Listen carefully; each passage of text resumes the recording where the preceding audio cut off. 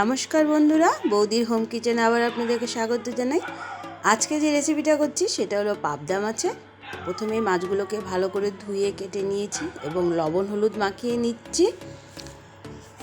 তো দেখুন, আমি কড়াইটা বসিয়ে দিলাম এবং তাতে তেলও দিয়ে দিয়েছি এবং মাছগুলোতে ভালো করে লবণ হলুদগুলো মাখিয়ে নিচ্ছি আমি। এবার কড়াইটাতে আমি সামান্য একটুখানি লবণ দিয়ে দেবো, কেননা পাবদা মাছটা একটু ফোটে, তো যাতে না ফুটে তার জন্য সামান্য কড়াইয়ে লবণ দিয়ে ভালো করে সেই তেলটা আমি পুরো কড়াইয়ে মাখিয়ে নিলাম। এবার এর মধ্যে মাছগুলোকে আমি ভেজে নেব।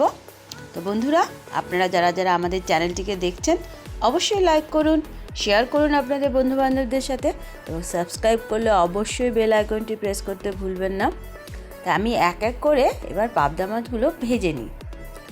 আজকের যে পাবদা মাছের রেসিপিটা আমরা বানাচ্ছি সেটা হচ্ছে পাবদা মাছের ঝাল। যারা মাছ খান, অনেকেই আছেন মাছ খান কিন্তু পেঁয়াজ রসুন তেমন খান না, তা মাছটাও পেঁয়াজ রসুন ছাড়া কিভাবে বানানো যায় সেটাই আজকে আপনাদের সাথে শেয়ার করব।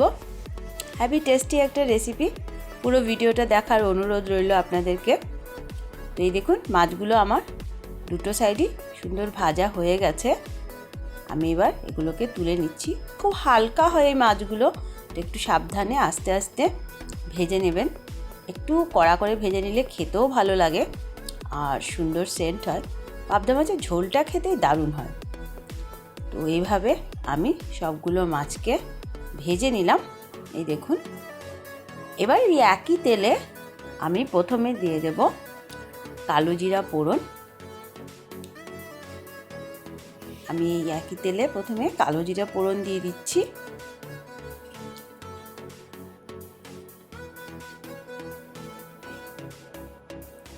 এই দেখুন, এখানে আমি কালো জিরাটা ফোড়নে দিয়ে দিলাম।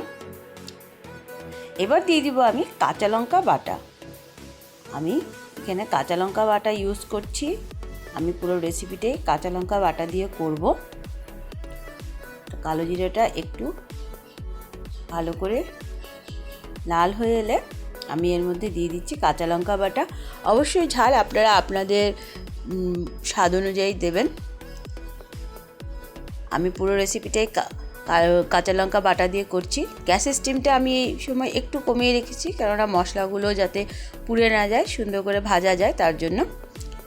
আমি এখানে 2 চামচের মতো কাঁচা লঙ্কা বাটা দিয়ে দিচ্ছি। এবার দিয়ে দিচ্ছি হলুদ গুঁড়ো, পরিমাণ মতো হলুদ গুঁড়ো দিয়ে দিলাম। আমি কিন্তু এখানে পেঁয়াজ বা রসুন কিছুই আজকের এই মাছের রেসিপিটাতে ইউজ করব না। তো অবশ্যই আপনারা এই রেসিপিটা বাড়িতে একবার হলেও ট্রাই করবেন।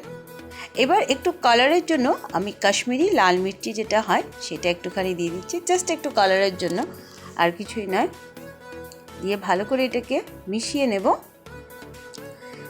আর আমি একটা মশলার পেস্ট বানিয়ে নিচ্ছি, সেটা হচ্ছে সর্ষে আর আদা।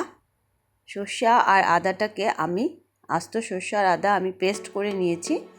আপনাদের মাছ অনুযায়ী আপনারা সেই পেস্টটা ইউজ করবেন, মশলার পেস্টটা। এই মশলাটা একটু ভাজা হয়ে এলে আমি এখানে এই আদা আর সর্ষের পেস্টটা দিয়ে দিচ্ছি। এই দেখুন, আমি এখানে 3 চামচের মতো দিয়েছি আদা আর সর্ষের পেস্ট। এবার ভালো করে মশলাটাকে ভেজে নিতে হবে, তার জন্য সামান্য একটুখানি জল দিয়ে দিচ্ছি। দিয়ে খুব ভালোভাবে এবার এই মশলাটা যতক্ষণ না পর্যন্ত তেল ছাড়ে ততক্ষণ পর্যন্ত ভেজে নিতে হবে কিন্তু। আর এই সময়টাতে আমি পরিমাণ মতো লবণটাও এর মধ্যে দিয়ে দেব। অবশ্যই মশলাটা আপনারা আপনাদের মাছের কোয়ান্টিটি অনুযায়ী ইউজ করবেন, যতটা মাছ নিচ্ছেন সেই অনুযায়ী ইউজ করবেন। এই দেখুন, আমি বেশ অনেকটা সময় কম স্টিমে পুরো মশলাটাকে ভেজে নিয়েছি এবং কি সুন্দর মশলাটার থেকে পুরো তেল ছেড়ে দিয়েছে। একদম ইজি এবং খুব সহজেই এই রেসিপিটা তৈরি হয়ে যাবে, সবাই খেতে পারবে। দেখুন, মশলাটা খুব সুন্দর ভাজা হয়ে গেছে কিন্তু। খুব চটজলদি তৈরি হয়ে যাবে পাবদা মাছের এই ঝাল রেসিপিটা। এবার আমি এর মধ্যে জল দিয়ে দেব পরিমাণ মতো।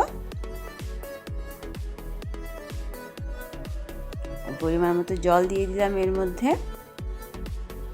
দিয়ে ভালো করে মশলাটা মিশিয়ে নিচ্ছি জলের সাথে। ব্যাস আর কিছুই লাগবে না এর মধ্যে, একদম চটজলদি রেডি হয়ে গেছে পাবদা মাছের ঝাল। এবার ঝোলটা টকবক করে ফুটে ওঠার অপেক্ষা। এই দেখুন ঝোলটা পুরো টকবক করে ফুটে উঠেছে। এবার আমি এর মধ্যে এক এক করে মাছগুলোকে দিয়ে দেব।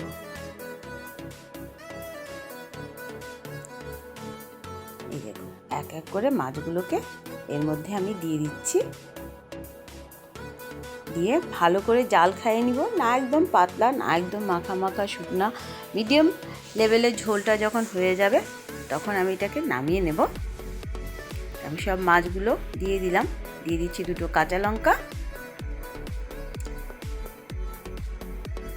ভালো করে মাছগুলোকে ঝোলের মধ্যে ডুবিয়ে দিচ্ছি। দেখুন বেশ ভালো করে একটু জাল উঠে গেলে, একটু মাখা মাখা হয়ে গেলে নামিয়ে নেব। আমার রেসিপিটা কিন্তু অলমোস্ট রেডি হয়ে গেছে। আমি আর ঝোলটা শুকাবো না, কারণ পাবদা মাছের ঝোলটা খেতে খুব ভালো লাগে। এই দেখুন একটু ঠান্ডা করে নিয়ে আপনাদেরকে দেখাচ্ছি, দারুণ কিন্তু কালারটা হয়েছে। অবশ্যই বাড়িতে ট্রাই করবেন। আবারও দেখা হবে নতুন একটি ভিডিওর সাথে। ততক্ষণের জন্য ধন্যবাদ।